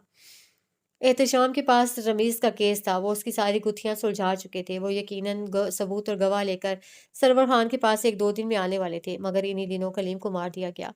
कलीम की मौत की खबर सुन के उन्होंने इस केस पर लानत भेजी थी। क्या हासिल हुआ था इतनी तहकीकात करके? क्या मिला था इतना सब कुछ कुरेद कर? कलीम की मौत ने सब पर पानी फेर दिया था। वो इतनी मेहनत और कार्रवाई के बावजूद अगर अपने दोस्त की जान नहीं बचा पाया था तो लानत थी ऐसी तहकीक पर। वो अपनी रिपोर्ट्स लेकर गिलगित गए। जहांगीर को कॉलर से पकड़ा और उससे पूछा कि उसने ऐसा क्यों किया। उसका भाई हादसे में मरा था, कलीम ने नहीं मारा। उसकी कोई जाती दुश्मनी नहीं थी। ये रहे सबूत, यही वो गवाह, ये है सारी कार्रवाई। मगर इस वक्त जहांगीर के हाथों कत्ल हो चुका था और मकामी जिरगे ने दोनों कबीलों पर पाबंदी लगा दी थी। जहांगीर की हिम्मत नहीं थी कि वो माफ़ी मांगता, मगर आलिया गोदाई अपने शोहर रहमान गोदाई के साथ खुफिया तौर पर चित्राल गई और उन सबको इस मामले से आगाह किया। तब उन्हें पता चला कि नई मुल्ला को दाजी ने सजा सुना दी थी। तब सरवर खान और खरसुंदा बेगम ने एक दरख्वास्त की थी। उन्होंने बताया कि अगर ये बात खुल गई कि इस सब के पीछे नई मुल्ला का हाथ था तो उनकी सारी औलाद तबाह हो जाएगी, सरदारी खत्म हो जाएगी, चित्राल दूसरों की कैदोबंद में चला जाएगा। किसी को भी इस बात की भनक नहीं पड़नी चाहिए कि नईम ने ऐसा किया था। इसलिए उन्होंने बल्तियों से दरख्वास्त की कि वो अब जिरगे के फैसले की कदर करें। जिरगे ने जो कहा है वही दोनों कबाइल के लिए सूदमंद है। उसके बाद सरवर खान की इज्जत रखने के लिए, अपने जहांगीर की जान बचाने के लिए और चित्राल को महफूज बनाने के लिए उन्होंने दोबारा चित्राल का रुख नहीं किया। और सारी दुनिया में ये बात मशहूर हो गई कि रमीज़ का कत्ल कलीम ने किया और कलीम का कत्ल कसास में हुआ। वो झूले पर बैठी हुई थी, सर हाथों में गिराया हुआ था। मगरिब गुजर चुकी थी। अब रात की स्याही चित्राल की पहाड़ों पर फिसल रही थी। आलिया बालकनी में रेलिंग के साथ खड़ी थी। वो दूर उफक को देख रही थी, जहां तारे आबोताब से टिमटिमा रहे थे। हमने तो कभी रमीज़ की मौत को कत्ल नहीं कहा था, हमने उसे हादसा ही कहा था। इसलिए बगैर कोई चूँ-चरा किए हम लोग मैयत लेकर गिलगित चले गए। अज़राए हमदर्दी नईम वहाँ ठहरा। सो के चौथे दिन उसे ये खबर मशहूर कर दी थी। हमारा नुकसान हुआ था गुल, हम कैसे उसकी बात पर यकीन ना करते। वो जहांगीर का दोस्त था और फिर रमीज़ की लड़ाई भी हुई थी। जहांगीर काका लड़ाई के वक़्त नहीं थे, उन्हें अंदाज़ा नहीं था कि लड़ाई की शिद्दत क्या थी। इसलिए उसने जो कहा हमने वही सच मान लिया। वो ठंडी साँसें लेकर मुड़ी। हम उसके बहकावे में आ गए थे गुल, खास तौर पर जहांगीर लाला। उनको नईम ने ऐसा जहर पिलाया कि उन्हें कुछ सूझा ही नहीं। वो नईम की बातों में बहकते चले गए। जिस दिन वो कलीम को मारने गए थे उन्होंने हमें नहीं बताया था। कलीम की मौत के बाद उसने हमें बताया। हम खुश नहीं हुए थे मगर हमें गम भी नहीं था। गम तो हमें तब लगा जब सच्चाई सामने आई। जहांगीर काका को बहुत निदामत हुई, वो बहुत शर्मिंदा हो गए। इस वक्त हमें समझ आ गई कि ये सब नईम ने सरदारी के लिए किया था। वो कहते-कहते खामोश हो गईं। गुल ताहाल सकते में थी। वो रो नहीं रही थी, वो अपनी जगह जम गई थी। बलती चित्रालियों के कभी दुश्मन नहीं रहे गुल। हम अमन पसंद लोग हैं। एक-दूसरे से शदीद मोहब्बत करते हैं। यही वजह है कि मैंने चित्राल की इज़्ज़त रखी और इस राज़ को मशहूर नहीं किया। इसी तरह सरवर खान ने भी हमारी इज़्ज़त रखी और हमारी गलती की तशहीर नहीं की। मकामी जिरगे ने हमें बराबर सज़ा सुनाई थी, इसलिए हमें कोई गम नहीं था। हमने इन 16 सालों तक एक साथ सज़ाएँ काटी हैं। वो घायल अंदाज में कह रही थी। गुल के सर में दर्द की टीसें उठ रही थीं, दिल डूब के उभर रहा था। असद ने तुम्हारे पास वो फाइल देखी तो उसने अपने मामू को पहचान लिया। उसने मुझे फ़ौरन फ़ोन किया और सब बता दिया। चूँकि जहांगीर लाला मर चुके थे, इसलिए अब हमारे पास ये दुश्मनी रखने का कोई जवाज़ नहीं था। हमने यूसुफ खान को पैगाम भिजवाया कि अब सुलह कर लेते हैं। उन्होंने पैगाम कबूल किया और हमने उन्हीं की कोशिशों से चित्राल में वापस कदम रखा। हमारी अमन पसंदी को देखते हुए हमें शंदूर खेलने की इजाज़त मिल गई। खुशियाँ लौट आईं। हम दोस्त बन गए। हमारे ताल्लुकात बहाल हो गए। गुल ने नम साँस खींची। आँखों में आँसू तैर रहे थे। मैं हमेशा से जानती थी कि हवेली वालों ने तुम्हें कुछ नहीं बताया होगा। ज़ाहिर है तुम उस वक़्त बच्ची थीं। तुम्हें 18 साल बाद कितना ही याद रह सकता था। इंसान का हाफ़ज़ा इतना अच्छा नहीं कि 18 साल पहले के वाक़यात याद कर सके। इसलिए उन्होंने एक मनगढ़ंत कहानी सुना दी, ताकि तुम्हें इस सारे किस्से से दूर रख सकें। उन्होंने पलट के उसे देखा। उसकी आँखें गुलाबी पड़ी हुई थीं। वो गहरी साँस लेते हुए उसके पास आईं और झूले पर बैठ गईं। तुम्हें सच्चाई बताने का मकसद तुम्हारी दिल आज़ारी करना नहीं था गुले लाला। मैं तुम्हारी आँखें खोलने आई हूँ। ये सच्चाई अगर आज मैं तुम्हें ना बताती, तो तुम हमेशा लाइल्म रहती। असद ने मुझे बताया तो मुझे सबसे पहला खौफ यही लगा कि अब तुम अपने चचा के हवाले से बेखबर रह जाओगी और हमारे हवाले से बदज़न। तुमने एहतशाम की रिपोर्ट्स पढ़ी थी। इन रिपोर्ट्स में आधा सच था और आधा सच पूरे झूठ से ज़्यादा खतरनाक होता है। इसलिए इस दफ़ा मैं खुद आई ताकि तुम्हें अपने पास बिठाकर अच्छे से समझा सकूँ। मगर वो साँस लेने को रुकी। पहली मुलाकात में तुम्हारा सख्त रवैया देखकर तो मैं बुरी तरह डर गई। फिर तुमने फायरिंग की तो मेरी जान निकल गई। मैं समझ गई कि तुम वाक़ई आधे सच की वज़ह से ऐसा ऐसा कर रही हो। तुमने मुझे परेशान कर दिया था गुल। मैं सोच रही थी तुम्हें कैसे बताऊँ कि हकीकत क्या है? मगर जब तुमने मुझसे माफ़ी माँगी तो मैं बिल्कुल साकित रह गई। तुम्हारे रवैये में ज़रा भी खटास नहीं थी। तुम बिल्कुल ठीक थी। तुमने मुझे मज़ीद उलझा दिया। मुझे समझ ही नहीं आ रहा था कि तुम्हारे ज़हन में क्या चल रहा है। उसे उसके सारे सवालों के जवाब मिल गए थे। बाबा ने छलांग क्यों नहीं लगाई? नईम चचा कहाँ थे? यूसुफ सरदार खान सरदार क्यों बना? बल्तियों से ताल्लुकात क्यों खराब हुए? शंदूर से क्यों निकाले गए? सब पता चल गया था। मेरे पास कुछ नहीं बचा आलिया गोदाई। उसने रगड़-रगड़ कर गाल पोंछे। तुम सब ने आपस में एक-दूसरे को मारा और फिर एक-दूसरे को सज़ाएँ भी दे दी। जब मुझे एहतशाम अंकल ने आप लोगों के बारे में बताया था, तब भी मेरे हाथ में कुछ नहीं था। आज अपने चचा का सुनकर भी मेरे हाथ में कुछ नहीं है। मुझे सच्चाई ना भी मालूम होती तो मैं कुछ नहीं कर सकती थी, जैसे अभी जानने के बाद कुछ नहीं कर पाऊँगी। वो बेबसी से बोली। आलिया मुस्कुराई। मैंने तुम्हें इतनी लंबी कहानी सुनाई है गुल, इसका मकसद तुम्हें सिर्फ़ आगाह करना नहीं था, इसका मकसद कुछ और है। उन्होंने संजीदगी से कहा तो गुल ठिठक गई। क्या मकसद है? ये कि तुम अपने चचा को सज़ा दिलाओ। रमीज़ की मौत के बदले उसने तुम्हारे बाप को बेगुनाह मारा था। एक बेगुनाह की मौत पर उसको सिर्फ़ जिला-वतनी की सज़ा क्यों मिले? उन्होंने उसकी आँखों में देखा। मैं कुछ समझी नहीं। आलिया करीब हुई। इस दफ़ा चित्राल का सरदार गाज़ान बन रहा है गुल। गाज़ान कौन है? नईम का बेटा। अपने बेटे की सरदारी के बाद वो लौट कर आएगा, अपना हक लेने के लिए, अपनी जायदाद वापस लेने के लिए। नहीं, नहीं। गुल ने बेयकीनी से उनकी बात की तरदीद की। ऐसा नहीं हो सकता। वो यहाँ आएगा तो यूसुफ चचा उसे मार डालेंगे। वो यहाँ आ ही नहीं सकता। और अगर मैं कहूँ तो कि वो आ चुका है तो? आलिया ने सर्द मोहरी से कहा। उसका साँस रुक गया। नामुमकिन। वो यकटक उनकी आँखों में देखने लगी। वो कुछ दिन पहले आया है, रहमान साहब ने देखा है। तुम चाहो तो किसी से भी पूछ लो। वो खौफ़ज़दा सी हँसने लगी। दस्तार पोशी के लिए आया होगा, चला जाएगा। نہیں جائے گا۔ عالیہ نے خشک لہجے میں باور کرایا، وہ اپنا مقام واپس لینے آیا ہے، وہ مقام جو اس کا تھا، وہ حصہ جو جائیداد میں اس کے نام تھا۔ یوسف چچا ایسا کبھی نہیں ہونے دیں گے، وہ دون سے بولی۔ یوسف خان سردار ہونے کے باوجود اتنے بے بس ہیں گل، جب سرداری چلی جائے گی تب کتنے بے بس ہو جائیں گے، انہیں اندازہ نہیں ہے، وہ باپ کی وصیت پر عمل کرنا تو دور کی بات ہے، خود کو بھی رسوائی سے بچا نہیں پائیں گے۔ بی جان نے مجھے بتایا کہ تمہاری شادی غازان سے ہوگی، وہ تمہارا سسر بن جائے گا، اس کی اپنی بیوی مر چکی ہے گل، اس کی خدمت کرنے کے لیے تم بچ جاؤ گی، کیا تم چاہتی ہو کہ جس شخص نے تمہارے باپ کو مارا ہو تم اس کی بہو بن کر اس کی خاطر مداریاں کرو، اس کے حکم مانو؟ وہ تمہارے سامنے اس حویلی میں سردار کا باپ ہونے کے ناطے دندناتے ہوئے پھرے گا، تمہاری ماں جو جانتی ہی نہیں کہ اس کا دیور قاتل ہے، وہ تو جی حضوریاں کر لے گی، مگر تم گل زہر کو شناخت کرنے کے بعد کیسے پیو گی، اس کی کرواہٹ کو اپنے حلق سے کیسے اتارو گی؟ گل نے خشک لبوں کو تر کیا۔ غازان اتنا بے مروت نہیں ہے عالیہ گدائی، اگر وہ سچ جانتا ہے تو مجھے کبھی اس آزمائش میں نہیں ڈالے گا، اس نے بے پر یقین لہجے میں کہا۔ عالیہ ہنسنے لگی۔ اس نے نہ بھی ڈالا تو تم یہ برداشت کر لو گی کہ تمہارے باپ کا قاتل زندہ ہے اور بہت خوشی خوشی رہ رہا ہے؟ گل کی آنکھوں میں حزن در آیا۔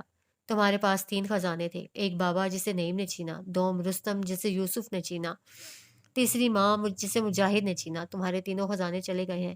رستم کے بارے میں کچھ نہیں کہہ سکتی، مگر اپنا 18 سال پہلے لوٹا ہوا خزانہ تم بحال کر سکتی ہو، تم اپنے باپ کا بدلہ لے سکتی ہو۔ گل کے چہرے پر الجھن ابھری۔ تم نے کہا نا کہ غازان اتنا بے مروت نہیں ہے کہ تمہیں آزمائش میں ڈالے، اگر ایسا ہے تو وہ تمہاری اس کے باپ کو سزا دلوانے میں کوشش میں کبھی ناراض نہیں ہوگا، وہ تمہیں پورا حوصلہ دے گا، تمہارے ساتھ کھڑا ہوگا۔ اس نے واپس سر ہاتھوں میں گرا لیا، شریانوں میں بم پھٹ رہے تھے۔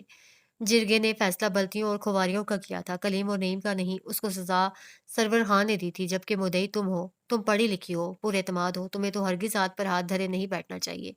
اپنے مدعی ہونے کا فائدہ اٹھاؤ، جا کے پولیس میں رپورٹ کرو، اس سے پہلے کہ نعیم تم پر حاوی ہو جائے، تم اسے نیست و نابود کر دو۔ اس نے کوئی جواب نہیں دیا، وہ بری طرح الجھ گئی تھی۔ گل شاہ سردار ابھی زندہ ہے، وہ تمہارے باپ کا چشمدید گواہ ہے، میں نے سنا ہے کہ وہ غازان کی سرداری میں نہیں آ رہے۔ اگر وہ نہیں آئے تو ممکن ہے کہ نعیم اس کو کچھ کر دے، اس سے پہلے کہ تمہارا یہ گواہ چلا جائے تم رپورٹ کٹوا لو۔ اس نے سراسیمگی سے گہرے گہرے سانس لینا شروع کر دیا۔ عالیہ نے اس کے گرد ہاتھ حمائل کر دیے۔ ڈرو نہیں گل، تم ایک بہادر لڑکی ہو، میں نے تمہیں ابتہاج جیسے درندے سے الجھتے دیکھا ہے، تم نعیم جیسے آدمی سے کیسے ہار سکتی ہو؟ بلکہ تم تو سینہ تان کر جاؤ اس کے پاس اور اسے بتاؤ کہ تم کچھ نہیں بھولی، تمہیں سب یاد ہے، یہ 18 سال کا عرصہ نہیں تھا، 18 گھنٹے تھے۔ اسے نہیں پتا کہ تم سب جانتی ہو، یہاں پہ کسی کو نہیں پتا، تم چاہو تو کسی کو علم میں لائے بغیر اپنا بدلہ پورا کر سکتی ہو، انہوں نے نرمی سے سمجھایا۔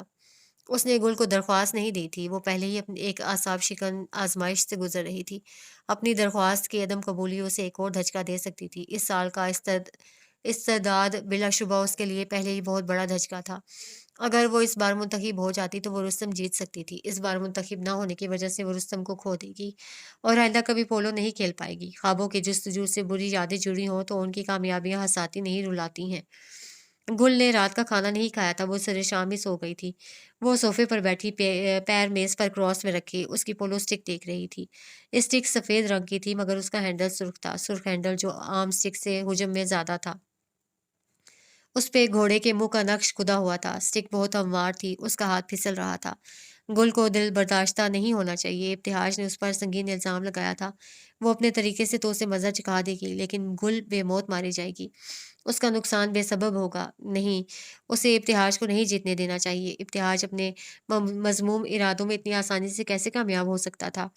دروازے پہ کھٹکا ہوا، کوئی اندر آیا، وہ چونکی، برہنہ ہاتھ میں ٹرے اٹھائے چلی آ رہی تھی، یقیناً وہ گل کے لیے کھانا لائی تھی۔ اس نے فوراً پیر نیچے کیے اور سمٹ کے بیٹھ گئی۔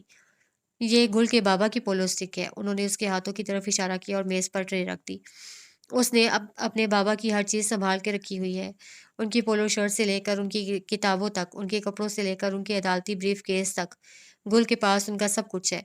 وہ بے ساختہ مسکرائی، وہ اپنے بابا سے بہت محبت کرتی ہے، بہت زیادہ، برہنہ نے تائید کی، پھر گہری سانس لی اور گل کے بیڈ کی طرف بڑھی۔ اس کے سرہانے رک کر وہ گل کو جگانے کے لیے قدرے جھکیں۔ گل، چچی، اس سے پہلے کہ وہ گل کو جگاتی عبادہ تیزی سے بولی، انہوں نے جھکے جھکے اس کی طرف دیکھا، سونے دے اسے، اس وقت اسے آرام کی بے حد ضرورت ہے۔ لیکن اس نے صبح سے کچھ نہیں کھایا بچے، وہ فکر مندی سے بولی۔ چچی، فی الحال گل کو پیٹ سے زیادہ اعصابی سکون چاہیے، وہ کٹھن حالات سے گزر رہی ہے، थोड़ा सोएगी तो खुद को सँभाल पाएगी। असाबी आज़माइशों में सबसे बड़ा सुकून सेहतमंद नींद होती है। आप इसे सोने दीजिए। वो रिसान से बोली तो बरेखना ने गुल को देखा, जो चेहरे के नीचे हाथ रखे गहरे-गहरे साँस ले रही थी। इस वक़्त वो गहरी नींद में थी। वो ममता से मुस्कुराई और पीछे हो गई, फिर उसके पैरों की तरफ बढ़ी और थोड़ी-सी जगह पर तिरछी होकर बैठ गई। उन्होंने उसके लिहाफ में छुपी टाँगों को हल्का-हल्का दाबना शुरू कर दिया। उनके नरम लम्स से गुल किसमिसाई लेकिन जागी नहीं। इबादा ने स्टिक दीवार से टिकाई और कदम-कदम चलकर खिड़की के साथ रखी कुर्सी पर विराजमान हो गई। वो कुर्सी बरेखना के ऐन सामने थी। बाहर रात भीग रही थी। मौसम की बदलती रुत ने नई बौछार शुरू कर दी थी। दोपहर की निस्बत अब मौसम ठंडा हो गया था। इबादा के ज़हन में कई सवाल थे, जिनके जवाब बरेखना से मुंसलिक थे। उसने गर्दन मोड़कर बरेखना को देखा, जो कुछ पढ़ते हुए गुल पर दम कर रही थी। वो पहलू बदलते हुए आगे हुई। "चच्ची?" उसने आहिस्ता से मुखातिब किया। उन्होंने गर्दन घुमाई। "गुल ने मुझे अपने बाबा की मौत का सारा किस्सा सुनाया है, मगर उसने एक बात नहीं बताई। मैंने पूछने की कोशिश की, लेकिन वो हमेशा चिढ़ जाती है। अगर आप बुरा ना माने तो आपसे पूछ सकती हूँ?" उसने अदब से गुजारिश की। "पूछो बच्चे, क्या बात है?" वो तवज्जोही से उसे देखने लगी। "चच्ची, पूरी कहानी में गुल ने किसी चीज़ पर इतना अफ़सोस नहीं किया, जितना उसने आप पे किया था। उसे आपकी दूसरी शादी" आवाज़ मद्धम हो गई। "करने और गुल के बाबा के लिए ना लड़ने का बेहद अफ़सोस है, इसलिए वो आपसे इस कदर नफ़रत करती है। मैं जब-जब आपकी बात करूँ, वो उठ के चली जाती है। आपके बाबत उसे एक लफ़्ज़ भी रास नहीं आता।" वो फ़िक्रमंदी से कह रही थी। "चच्ची, क्या मैं पूछ सकती हूँ कि आपने दूसरी शादी क्यों की? वो भी गुल के बाबा के मरने के 5 माह बाद?"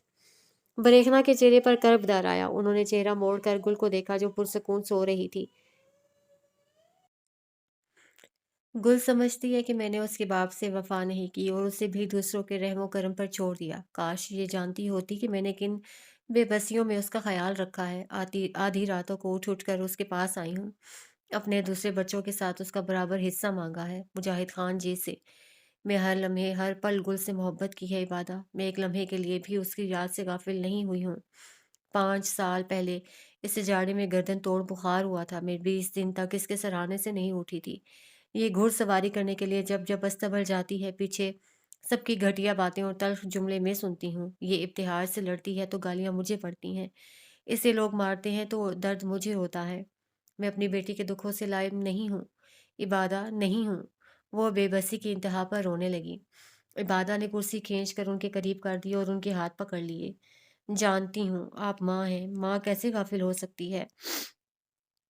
वो तो हज़ार किलोमीटर दूर से अपने बच्चे का दर्द समझ आती है, माँ लाइब नहीं होती। उन्होंने गहरी साँस ली। मुजाहिद खान जी कलीम खान जी से छोटे हैं। जब कलीम खान जी फ़ौत हुआ, तो उस वक़्त मैं बहुत जवान थी, 24 साल की थी। मैंने अपनी ज़िंदगी अपनी बेटी के नाम करने का फ़ैसला कर लिया था।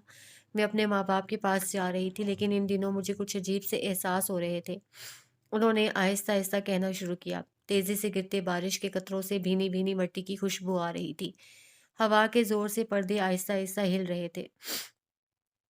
इद्दत के 4 माह मैंने हवेली में गुज़ारे थे। इस दौरान हालात बहुत कशीदा थे। एक दिन मैंने बीजान को बुलाया और उनसे कहा कि कलीमुल्लाह खान जी के गुनहगारों से बदला लें। उनको छोड़ना नहीं है। बीजान ने कुछ नहीं कहा। इद्दत ख़त्म हुई तो मैं बाहर आई। मुझे मालूम हुआ जैसे ये सब लोग भूल चुके हैं। बल्तियों का आना-जाना बंद था। फिर भी नईमुल्लाह खान जी आते-जाते थे और शायद यही वजह थी कि दाजी ने इनको चित्राल से निकाल दिया, बल्तियों की तरह। मुझे बिल्कुल अच्छा नहीं लगा कि मेरा देवर मेरे शौहर के कातिलों से यारी रखता है। मैंने बीजान से फिर वही बात कही। उन्होंने मुझे चुप रहने का कहा और मेरे शौहर के कत्ल को हादसे का नाम दिया। हर जगह उसे हादसा कहा जा रहा था। मेरे शौहर कानूनी आदमी थे। मैं 10 जमातें पढ़ी हूँ इबादा। मुझे इतना इल्म था कि मैं एक बार पुलिस स्टेशन जाऊँगी तो मेरी मदद हो जाएगी। मैंने इरादा किया कि मैं पुलिस स्टेशन जाकर कलीमुल्लाह खान जी के केस की दरख्वास्त लिखवाऊंगी, मगर इससे पहले कि मैं कुछ करती, मेरे इरादों की खबर उनको हो गई। उन्होंने पकड़ के मेरा निकाह मुजाहिद खान जी से कर दिया। दूसरे मर्द की सरपरस्ती में जाने के बाद मेरे पैरों और मेरे हाथों को बेड़ियां लग गईं। मैं अपने साबिका शौहर का नाम भी नहीं ले सकती थी। शादी के बाद मैं मुजाहिद खान जी के हुक्म की बांदी बन गई।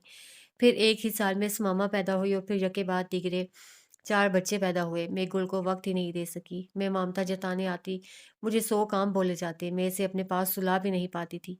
वो कभी किसके साथ सोती, कभी किसके साथ। गुल को यही गिला है इबादा, यही तड़प है कि मैंने दूसरी शादी क्यों की।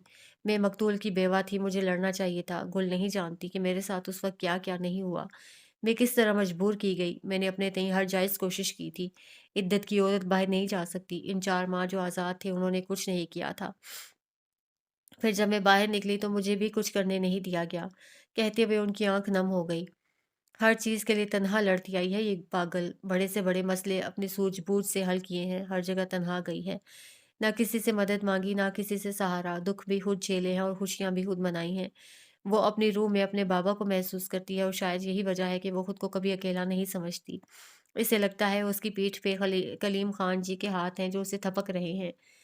इन लोगों ने ये क्यों किया मैं आज तक नहीं समझ सकी, मगर मुझे इतना इल्म ज़रूर है कि गुल कुछ न कुछ जानती है, मगर वो मुझे क्यों बताएगी? उसे कभी मुझ पर भरोसा नहीं रहा था। अपनी गलतफ़हमियों में उसने मेरी सूरत में अपना एक गमगुसार खोया है। मैं उसकी माँ हूँ, कलीम खान जी उसके वालिद थे। मैं ही उसका दुःख बाँट सकती हूँ, मैं ही इसकी तकलीफ़ कम कर सकती हूँ, मगर वो मुझे इस लायक नहीं समझती। बरेखना ने आँख की नमी पोंछी, तो बरेखना ये नहीं जानती थी कि नईमुल्ला खान उसके शौहर के कातिल हैं। बीजान ने उनसे ये बात छुपाई थी और गुल उन्हें ये बात बताना नहीं चाहती थी। उनको दो तरफ़ा अंधेरे में रखने से बीजान और गुल को क्या मिल रहा था? गुल तो चलो मुतनफ़्फ़िर थी, वो ये बात तो क्या कोई भी बात नहीं करना चाहती थी। मगर बीजान, उनका अपनी बहू पर इस कदर ज़ुल्म करना जायज़ था? उनके ज़मीर ने उनको झंझोड़ा नहीं? मैं चलती हूँ, नीचे मेहमानों को खाना देना है, सब इंतज़ार कर रहे होंगे, तुम भी आ जाओ हमारे साथ खा लो। वो उठते हुए बोली, मैं यही वाला खा लूँगी, आप फ़िक्र मत करें, उसने नरमी से कहा। वो पल्लू से आँखें साफ करती बाहर निकल गईं। इबादा ने पुरसकून सोई गुल के चेहरे पर नज़र डाली, जहाँ उसकी नीली पड़ी आँख पर उसने ऑइंटमेंट लगाया था, वो हल्के-हल्के खर्राटे ले रही थी। क्या हो जाएगा गुल अगर तुम माँ के साथ ताल्लुकात ठीक कर लो? बरेखना चची बुरी नहीं है, वो तुम्हारे लिए बदरजहाँ तड़प रखती हैं।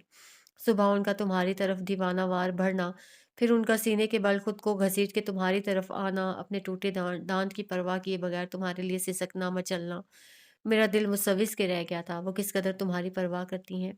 गुल तुम्हें अंदाज़ा भी नहीं है, तुम्हारे गुस्से को पी जाती हैं, तुम्हारे तल्ख़ रवैये को बर्दाश्त कर लेती हैं। क्या उनका दिल नहीं दुखता होगा? क्या उनको तकलीफ़ नहीं होती होगी? जब-जब तुम्हारी ज़हर खुंद बातें सुनती होंगी, वो रोती नहीं होंगी? इबादा ने दुख से कहा। गुल के चेहरे पर किसी तासुर का शायबा नहीं था, मगर इबादा जानती थी वो सुन रही है, वो सोई नहीं है। गुल मेरी जान, औलाद की तल्ख बातें माँ बाप को गोली की तरह लगती हैं, सरसराती गर्म गोली की तरह, जो इनके जिस्म को कई तहों में चीर देती हैं। फिर तुम्हारा और तुम्हारी माँ का का तो दुख भी साझा है।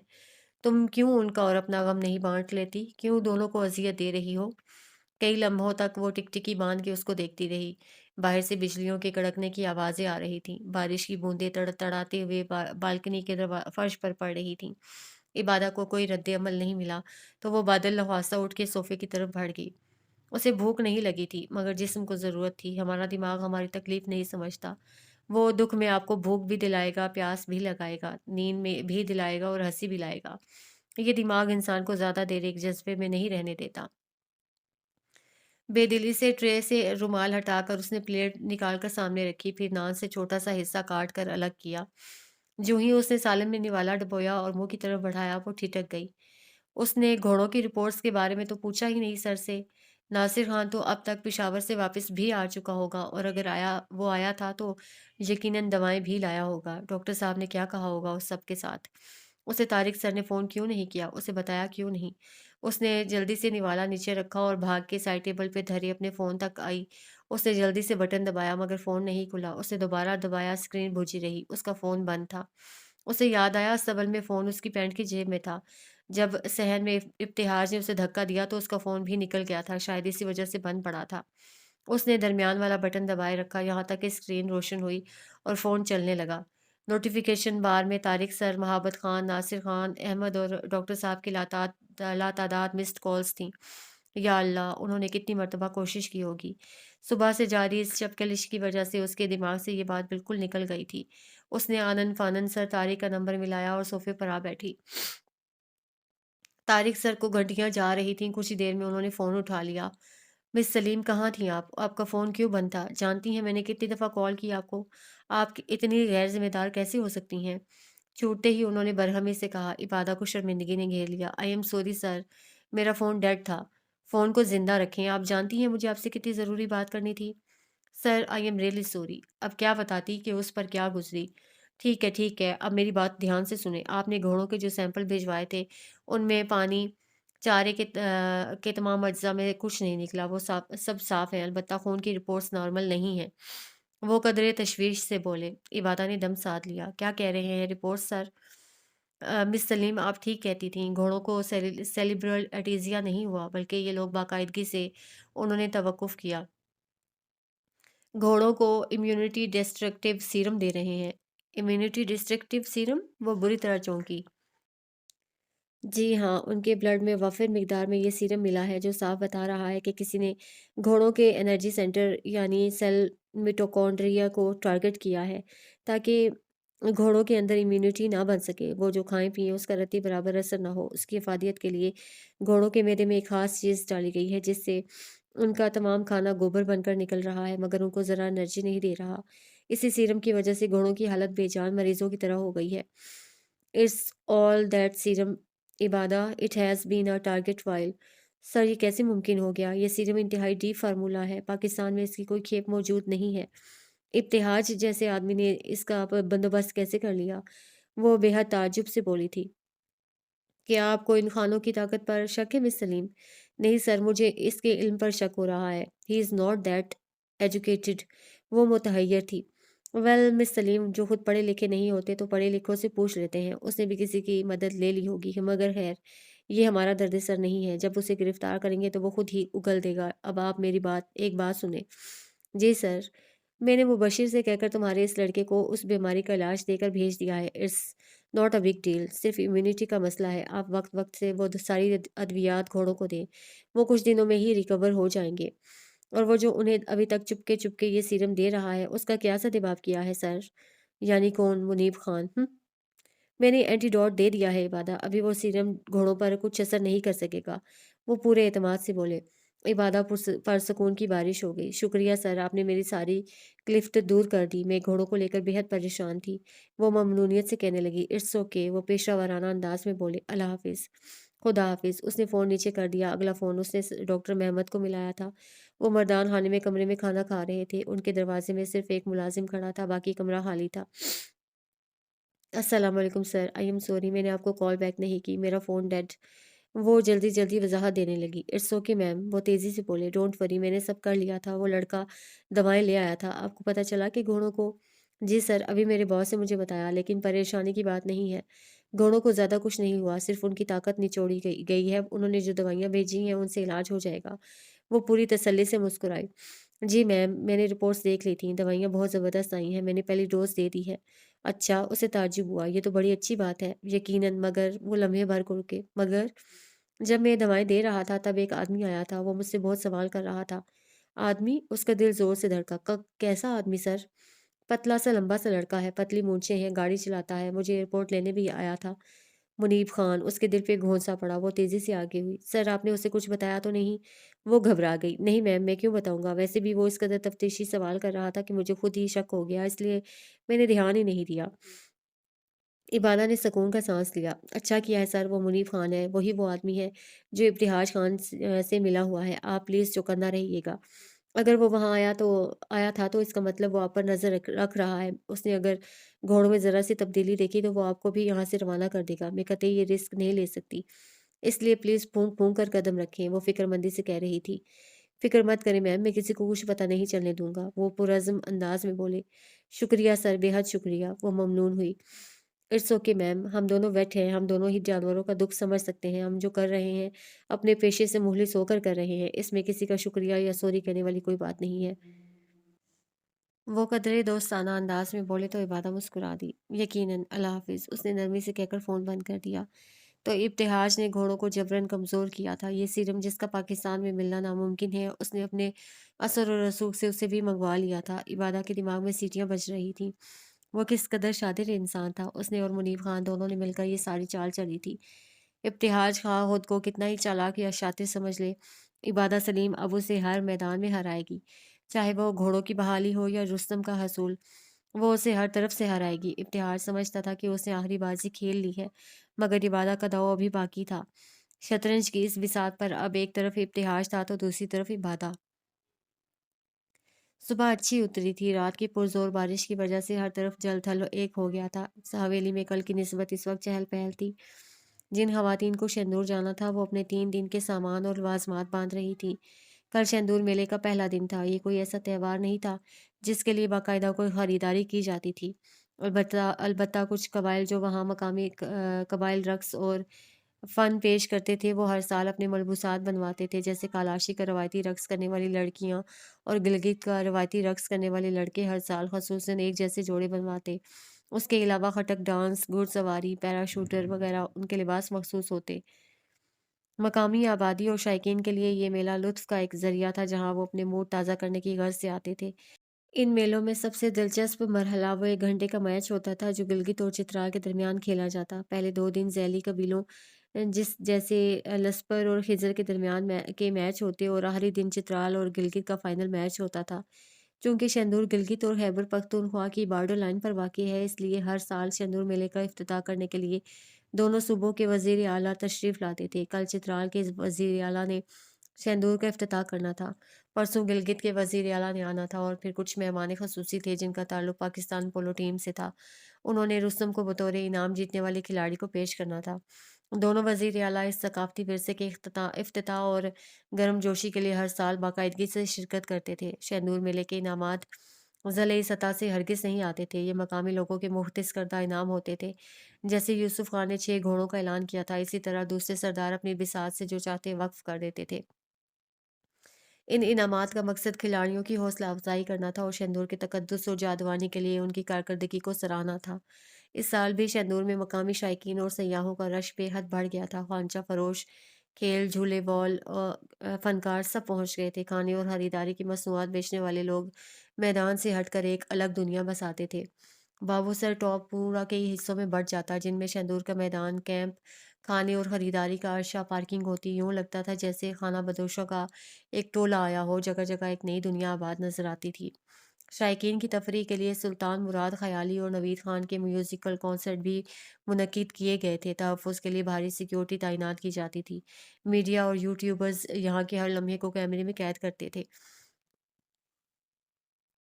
کھوار قبیلہ اور بلتی قبیلہ چونکہ معززان قبائل میں آتے تھے، اس لیے شندور میں ان کی خاطر مدارت اور مہمان نوازی کے لیے ایک الگ عرصہ قائم کیا گیا تھا جس کے چاروں طرف باڑ تھی اور باوردی گارڈ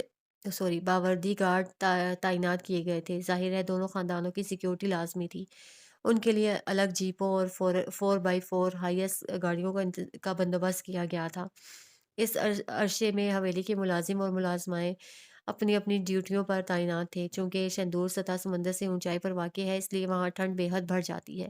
ایسے میں مہمانوں کو کسی قسم کی تکلیف نہ اٹھانی پڑے، کھوار قبیلے نے اپنے تئیں خیموں، تمبوؤں، کناتوں کا بندوبست کر رکھا تھا۔ ضرورت کی چیدہ چیدہ چیزیں وہاں پہنچا دی جاتی تھیں۔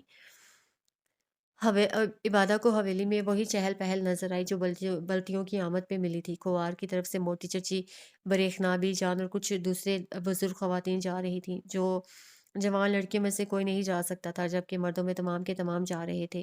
بلتی جن خواتین کو لے کے آئے تھے وہی جا رہی تھیں۔ کل شندور کا پہلا پولو میچ قریباً 11 بجے تھا۔ ان کی روانگی آج 12 بجے متوقع تھی۔ میلے کی شام کو بھی مقامی گلوکاروں کا ایک بڑا کنسرٹ ہوتا تھا جس میں لاتعداد لوگ شرکت کرتے تھے۔ حویلی کے تمام لوگ اسی لیے آج جا رہے تھے۔ شہندور کو شاید معلوم نہیں تھا کھوار حویلی سے ایک قافلہ وہاں آنے والا ہے۔ وہ صحن میں تخت پر بیٹھی چائے پی رہی تھی۔ اس کا اوور آل اور اسٹیتھوسکوپ تخت پہ ایک طرف رکھا ہوا تھا۔ آج وہ سفید جینز اور گلابی شرٹ میں ملبوس تھی۔ یہ کپڑے اسے روز بروز تنگ ہو رہے تھے۔ یہاں کا پانی شاید کپڑوں کو شرنک کر دیتا تھا۔ بال آج کھلے تھے اور کانوں میں پہنی چھوٹی چھوٹی بالیاں چمک رہی تھیں۔ وہ نکسک سے تیار ہوئی تھی۔ اس کے سامنے پلوشا روشانے آپے کا بیٹا اٹھائے اسے بہلا رہی تھی۔ بچہ بری طرح رو رہا تھا۔ دوسرے تخت پہ بیٹھی بی جان اور عالیہ بیگم آپس میں باتیں کر رہی تھیں۔ موٹی چچی حویلی کی خواتین کے سروں پہ کھڑی انہیں بھاشن دے رہی تھیں۔ عجیب سی گہما گہمی تھی، اوپر سے روشانے آپا کا بیٹا۔ اسی لمحے اسے راہداری میں ابراہیم نظر آیا جو الجھے بکھرے بالوں میں بکھرے کپڑوں میں ملبوس تھا، رو رہا تھا۔ بریخنا چچی اسے تسلی دے رہی تھی۔ عبادہ نے پیالی تخت پہ رکھی اور ان کے پاس آئی۔ کیا ہوا چچی، کیوں رو رہا ہے ابراہیم؟ اس نے قریب آتے ہوئے فکر مندی سے پوچھا۔ بہن کے لیے رو رہا ہے، بریخنا نے بتایا۔ کیا ہوا اس کی بہن کو؟ میرا بیٹا ہے یہ عبادہ۔ بریخنا چچی کے انکشاف پہ اس کا منہ کھل گیا۔ یہ जी, आपका बेटा है? हाँ, उन्होंने इब्राहिम के बाल सहलाए जो कद में माँ से 1 इंच ऊँचा था। अपनी बहन के लिए परेशान है, उसका रुस्तम जा रहा है ना। तो गुल हर वक़्त अपने सौतेले भाई के साथ नज़र आती थी, जो उसके लिए हर वक़्त स्टैंड लेता था, उसकी तरफदारी करता था, उसकी हर बात मानता था। इबादत समझती थी कि वो शायद गुल के किसी बड़े कज़न का बेटा होगा, जैसे माहद और बाकी बच्चे थे। तो वो उसका अपना भाई था, अपना सौतेला भाई। उसे खुशगवार हैरत हुई थी। वो आँखों में नरम सा तासुर भरती हुई इब्राहिम के पास आई, जो अपनी सुर्ख मतोरम आँखें चुरा रहा था। उसने इब्राहिम के गाल पे हाथ रखा। इब्राहिम ने ना चाहते हुए भी उसे देखा। अपनी बहन पर भरोसा रखो, उसका रुस्तम कहीं नहीं जाएगा। तुम्हारी बहादुर बहन उसे वापस खींच के ले आएगी। उसने शरारत से कहा। इब्राहिम भला का संजीदा था। उसने नम सी साँस खींच के चेहरा घुमा लिया और लंबे-लंबे डग भरता वहाँ से चला गया। बरेखना ने दुःख से उसे जाते देखा। इसने नाश्ता भी नहीं किया। मैंने इसे ज़बरदस्ती खिलाने की कोशिश की, लेकिन ये नहीं खा रहा। गुल से कह दे वो खिलाएगी तो खा लेगा। उसने खुद ज़हर मार सिर्फ़ चाय निकली है, खाना तो उसने भी नहीं कुछ नहीं खाया। इबादा ने गहरी साँस ली। सब ठीक हो जाएगा चच्ची, बस थोड़ा सब्र करें। आपके बच्चों को खुशियाँ मिल जाएँगी। अल्लाह उनका मुकद्दर ज़रूर रोशन करेगा। इंशाअल्लाह, वो नरमी से बोलीं। इसी लम्हे रोशानी आपा सर पे कालाशी आंचल को पिन लगाती सहन में आईं। पलवशा उनका बेटा लेकर जान छुड़ाने वाले अंदाज में तेज़ी से उनकी तरफ बढ़ी। हो लुलु, मेरा बच्चा क्यों रुला रही हो मेरे बच्चे को पलवशे, उन्होंने पुचकारा। मैं थोड़ी रुला रहा है, ये तो पैदा ही रोंदा हुआ था। उसने मुँह बना के कहा, बस बस बच्चे सँभालने नहीं आते तुम्हें, बीजान इसकी ज़रा मश्क-वश्क कराएँ। क्या करेगी ये मुस्तकबिल में? उन्होंने अपना बच्चा उससे ले लिया। माँ की गोद में आते ही वो यकदम चुप हो गया। रोशाने आपा, बच्चा अपनी माँ के साथ ही चुप हो सकता है, पलवश ने टोंट किया। हाँ, इस कहावत के पीछे पड़ के किसी बच्चे को हाथ मत लगाना तुम लोग, माँ के साथ चुप होता है। वो नरूठेपन से कहती तख्त पे चौकड़ी मार के बैठ गई और बच्चे को बहलाने लगी। पलवशा मुंह बनाकर वहां से चली गई। इबादा अपना ओवरऑल लेने वापस सहन में आई थी। अभी वो ओवरऑल पे झुकी थी कि बीजान ने ढीले शानों और बुझे चेहरे से कदम कदम चलती ब्रेखना को देख लिया। वो आम से कपड़ों में मलबूस थी। ब्रेखने, तुम तैयार नहीं हुआ? थोड़ी देर में निकलना है हमको, उन्होंने हल्का सा पुचकारा। मैं नहीं जा सकती बीजान, वो दुख से कहती। इबादा वाले तख्त पर बैठ गईं। गुल की हालत ठीक नहीं है, मैं उसको अकेला नहीं छोड़ सकती। बीजान के आसाब मध्यम पड़ गए। उसने कुछ खाया है? आलिया बेगम ने पूछा। सिर्फ चाय पी है, उन्होंने आहिस्ता से बताया। इबादा ने अपना ओवरऑल और स्टेथोस्कोप उठाया और उठ के बाहर आ गई। अब वो लॉन वाले रास्ते से मर्दान खाने जा रही थी। मर्दान खाने के लॉन में बल्ती और चित्राली सभी कबीलों के सरदारान और खोवार कबीले के मर्द मौजूद थे। आज इस काफिले ने इकट्ठे ही शंदूर के लिए निकलना था। मर्दान खाने में भी नाश्ते का एहतमाम हो रहा था। वो जानती थी कि इस तरफ कई गार्ड्स होंगे जो उसे रोक लेंगे और हो सकता है वो उसे ना जाने दें, लेकिन वो भी सारे हथियार तराश के आई थी। आज वो डंके की चोट पे यूसुफ खान से मिलने वाली थी। मर्दान खाने के दाखिली अरसे पर पहुंच के उसे गार्ड्स ने रोक लिया। वो शलवार कमीज पहने, राइफल हाथों में पकड़े तवाना और ऊंचे मर्द थे। उनकी देह कामती ही किसी भी इंसान को डराने के लिए काफी थी। इबादा बड़ी तसल्ली से उनके सामने आई। अंदर किसी की तबीयत खराब है, वही देखना है, मैं डॉक्टर हूँ। उसने सर्द मोरी से एक ही जुमले में उन्हें मना लिया। वो खुद ब खुद रास्ता देते हुए हट गए। उसने चंद कदम आगे लिए, फिर अचानक पलट के उन्हें देखा। उसके लबों पर इस्तेज़ाइया मुस्कुराहट फैल गई। आए बड़े सांड। वो हाथ में स्टेथोस्कोप उठाए ओवरऑल पहने एक माहिर और तजुर्बेकार डॉक्टर लग रही थी। अंदाज बिल्कुल पेशावर तबीब जैसा था, वो तबीब जो अस्पतालों में गश्त पर आते हैं। मर्दान खाने की इमारत खत्म होने के बाद अगला हिस्सा लॉन का था। इमारत के आसपास दाएं बाएं अंदर बाहर कुछ मर्द नजर आ रहे थे जो उसे शाकी नजरों से देख रहे थे। वो तेज तेज चलती लॉन के बैरूनी हिस्से में नमूदार हुई। चित्राल के पहाड़ों पे खुनकी फैली हुई थी, धुंध के बादल नीचे उतरे हुए थे। घास नम थी और सूंधी सूंधी सी खुशबू चारों तरफ फैली हुई थी। लॉन में एक बड़े चकोर की सूरत में चारपाइयाँ पड़ी हुई थीं। हर खाने में चार चार चारपाइयाँ थीं। उस पे मेहमान मर्द विराजमान थे। हवेली के मुलाजिम ट्रे में नाश्ते के लवाजमात भर के मेहमानों को पेश कर रहे थे। यूसुफ खान की पुश्त थी इबादा की तरफ। वो चारपाई पर विराजमान कहका लगा रहे थे। सर पे दस्तार पड़ी हुई थी। मसनूई हाथ गोद में था, दूसरे हाथ से वो लस्सी का गिलास थामे हुए थे। नीचे खाई से निकलने वाले ऊंचे ऊंचे सनोबर और चीड़ के दरख्तों से अजीब सा धुआं निकल रहा था, जैसे किसी ने वहां नम पत्ते जलाए हों। वो मुस्कुरा के चलती जब इस तरफ आने लगी तो कई मर्दों की नजर उस पर पड़ी। वो जगह जहां औरतों का आना ममनू था, वो पूरे एतमाद से चल के आ रही थी। ये हमारे घर की खातून तो नहीं हो सकती, कई मर्दों ने सोचा था। वो कदम-कदम चलती ऐन यूसुफ खान के सामने खड़ी हुई। वो जो मुस्कुरा रहे थे, उसे देख के मुस्कुराहट जिन की तरह गायब हुई। वो चौंके, फिर घबराहट से यहाँ-वहाँ देखा। सभी मर्द इबादा को देख रहे थे और यही तो वो चाहती थी कि वो देखें। जब वो देखेंगे तो यूसुफ खान कुछ नहीं देख सकेगा। अस्सलाम वालेकुम, सुबह बख़ैर, कैसे हैं आप? पहचाना मुझे? मैं इबादा सलीम, जानवरों की डॉक्टर हूँ जिसे आपने लाहौर से बुलाया आपने। वो तेज़ी से कहते-कहते रुकी। यूसुफ खान के चेहरे का रंग उड़ा। अपने कुछ जानवरों के इलाज के लिए। उनका हलक तक कड़वा हो गया। मैं माज़रत चाहती हूँ, मैं ऐसे ही चली आई। आपको बता के आना चाहिए था। वो वाजिबी तलाफ़ी से कहने लगी, फिर यकदम तकल्लुफ़ से मुस्कुराई।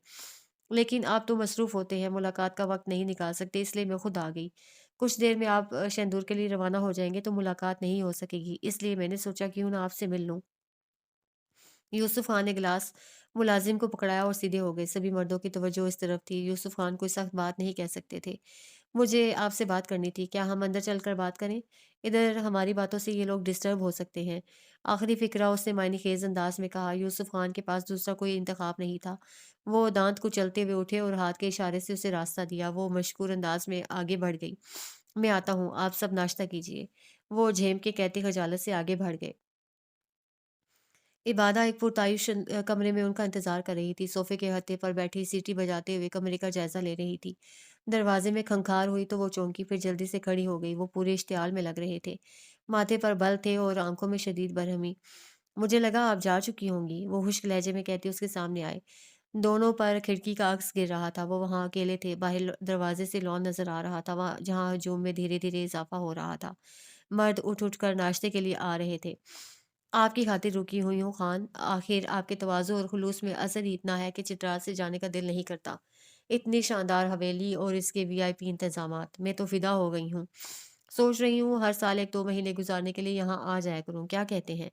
वो दोस्ताना अंदाज़ में पूछने लगी। बात क्या करनी थी आपको? वो सर्द मोहरी से बोले।